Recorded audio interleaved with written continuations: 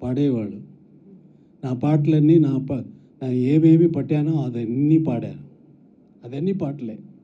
నా జీవితంలో ఏమేమి జరిగిందో అవి అన్నీ పాటలుగా వచ్చింది. అంతేగాని మాట్లాడడానికి ఏముంది?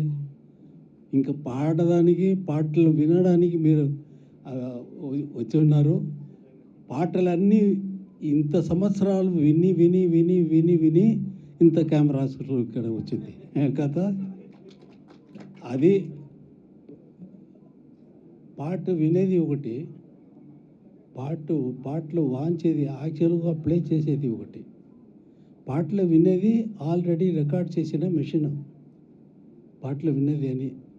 ఆ మిషన్లో ఆ సోలు, ఆ జీవం, ఆ ఫీల్స్, ఆ ఎమోషన్స్ ఇవి అన్నీ అక్కడ రికార్డ్ అయింది. కాబట్టి మీరు వింటే మీరు స్ట్రైట్గా చెవికి వెళ్ళదు, డైరెక్ట్గా హార్ట్కు లోపల పోతుంది.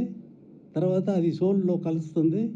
తర్వాత మీ జీవితంలో ఏదైనా సంభవాలు జరిగినప్పుడు నా పాటలు గుర్తొస్తుంది.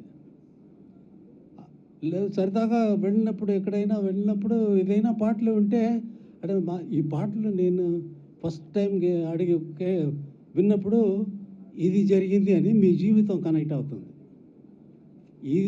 ఇటువంటి కనెక్షన్స్ మీకు, మాకు, రేపు రాకపోయిన జనాలు అందరికీ తప్పకుండా ఉంటుందని నాకు అది రియాలిటీ.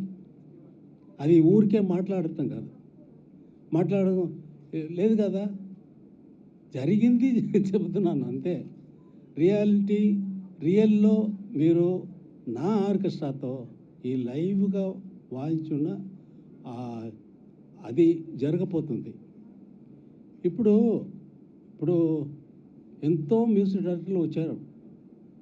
అందరూ వచ్చేది ఇళయరాజా గారుగా మనం కూడా మ్యూజిక్ డైరెక్టర్ కావాలా అని కదా. ఇంకా ప్రొడ్యూసర్ ఇంట్రొడ్యూస్ చేస్తే కానీ కొత్త డైరెక్టరు ఎవరైనా కొత్త మ్యూజిక్ డైరెక్టర్ వేస్తే కూడా ఇళయరాజా గారు లాగా రావాలా అనేది ఒకటి ఉంది కదా. అది దేవుడు ఇచ్చిందిరా, అది దేవుడు ఇచ్చింది. అది ఇప్పుడు వచ్చిన పాటలు అన్నీ ఎలా రికార్డ్ అవుతుందంటే డైరెక్టర్ గారు సిచ్యువేషన్ చెప్తారు, మ్యూజిక్ డైరెక్టర్ కంపోజ్ చేస్తారు, తర్వాత పాట రాసేవాళ్ళు పాట రాస్తారు, పాట పాడేవాళ్ళకు వీళ్ళు నేర్పించి తర్వాత రికార్డ్ చేస్తారు. ప్రోగ్రామ్ చేసేవాళ్ళు కీబోర్డ్లో ప్రోగ్రామ్ చేస్తారు. రియల్ ఇన్స్ట్రుమెంట్స్ కావు, రాదు అక్కడ. వీడు చేసేది వాళ్ళకు తెలీదు, వాడు చేసేది వాయించే వాళ్ళకి తెలీదు, పాట రాసే వాళ్ళకి ఏం ఎవరు పాడపోతున్నారు అనేది తెలియదు. పాట పాడేవాళ్ళకి డూయెట్గా అయితే మేల్ సింగర్ పాడేది ఫీమేల్ సింగర్కి తెలియదు ఏం పాడపోతున్నారు, ఫీమేల్ సింగర్ పాడేది మేల్ సింగర్స్కి తెలియదు, డైరెక్టర్ గారికి అసలు మొత్తం తెలియదు, ఏమీ తెలియదు. తర్వాత ఒకటిగా రికార్డ్ చేసి ఒక మంత్ 2 months అయిన తర్వాత ఈ పాటలు వచ్చి షూటింగ్లో అక్కడ వెయిట్ చేస్తూ ఉంటారు. వెయిట్ చేస్తే ఉంటే పాట ఎప్పుడు వస్తుంది, పాట వస్తుంది. సార్ ఒక్క బ్యాక్గ్రౌండ్ రెడీ అయింది, అది మాత్రం పంపిస్తాను, అది పిక్చర్ చేయండి, అది పిక్చర్ చేస్తారు. తర్వాత ఒక వాయిస్ అది మాత్రం. తర్వాత ఇవన్నీ ఇలా జరుగుతుందని చెప్తున్నాను. బట్ ఆ రోజుల్లో ఎలా జరిగిందంటే 80 members ఆర్కెస్ట్రా, కానీ ఒక 10 మంది అంటే కూడా అందరూ ఒకేసారి ఒకే చోట్ల ఉండాలి. అందరి 4 minutes సాంగ్ అంతే, 4.5 minutes అంతే, దానిపైన ఉండదు. 60 members ఆర్కెస్ట్రా, జానీ గారు బాలసుబ్రహ్మణ్యం గారు పాడతారు. మార్నింగ్ 7 o'clock వెళ్తే 7:30 లోపల నేను మ్యూజిక్ రాసేస్తాను. కంపోజ్ చేసిన వాళ్ళు కాదు, కంపోజ్ చేసేది రాసేది. అందరికీ నోట్స్ వెళుతుంది, అందరి రెడీగా ఉంటారు. 9 o'clock వెళ్ళి రిహర్సల్ చేసి ఆయన వాళ్ళందరి ఎలా వాయించాలని రెడీ చేసి తర్వాత నా జీవితంలో నా డైలీ రోజులు జరుగుతున్నవి ఇప్పుడు చెబుతున్నాను. చెప్పేది అన్నీ నా రికార్డింగ్ ఎలా జరుగుతుందో అలాగే చెప్తాను. 7 o'clock వెళితే 7 o'clock అసిస్టెంట్ ప్లే చేస్తాడు, ఈ పాటలు సార్ ఇది, ఓ ఇదేనా, ఓకే. అప్పుడే స్కోర్లో రాస్తాను, పాడేవాళ్ళు ఫస్ట్, రికార్డింగ్ టైము, ఏ స్టూడియో అనేది, పాడిన ఆ టైంలో ఆ పెన్ పెట్టి ఈ పాటలు ఎవరు పాడితే బాగుంటుంది అని అనుకొని తర్వాత పేరు రాస్తాను. ఈ పేరు రాసిన తర్వాతనే ఇన్ఛార్జ్ వాళ్ళు వచ్చి పాడే వాళ్ళకు ఎస్పీబీ గారికి ఫోన్ చేస్తారు. సార్ రికార్డింగ్ ఉంది సార్, 9 o'clock వచ్చేయండి. ఏట్రా అది ఇంత లేట్గా చెప్తున్నావు, అది ముందే చెప్పకూడదన్న. సార్ అవును ఇప్పుడే రాశారు సార్, అది ఏంటే రాసేది దీన్ని, నేను మ్యూజిక్ వాయించేవాళ్ళ, అది కాదు కదా, ముందే చెప్పు ఉండొచ్చు కదా. ఇవన్నీ గొడవ జరగదు రోజులు జరిగేది. ఎట్లా 2-3 days ముందుకు చెప్తే నీకేంటి, వచ్చిన తర్వాత వాళ్ళు అడుగుతారు.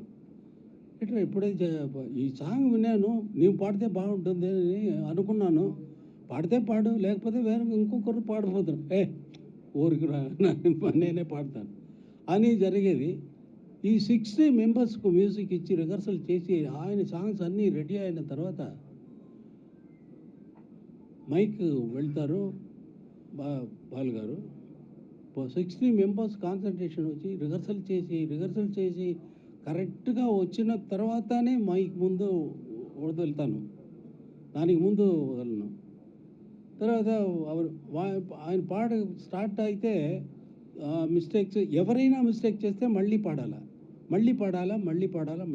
ఇలా వచ్చి ఈ 60 మెంబర్స్ కాన్సన్ట్రేషన్ వచ్చి ఆ 4 minutesలో అందరిది ఒకే పాయింట్లో ఉంటుంది.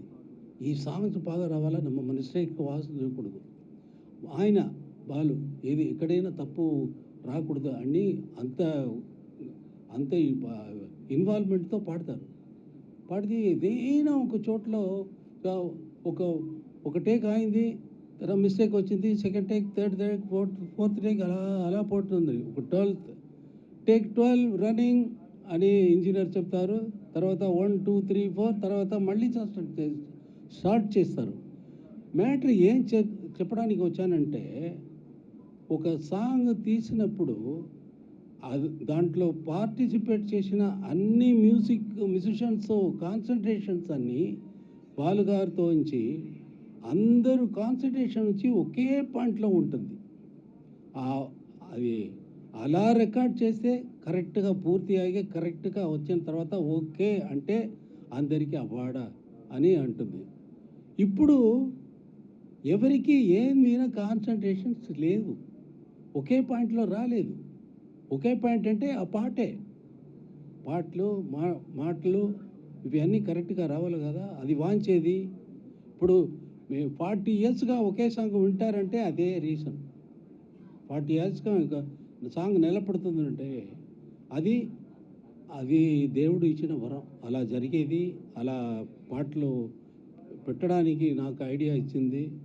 అవన్నీ మీరందరూ ఇన్ని సంవత్సరాలు మీ జీవితంతోనే వచ్చిన ఆ మ్యూజిక్ ఎల్లుండి జరగబోతుంది.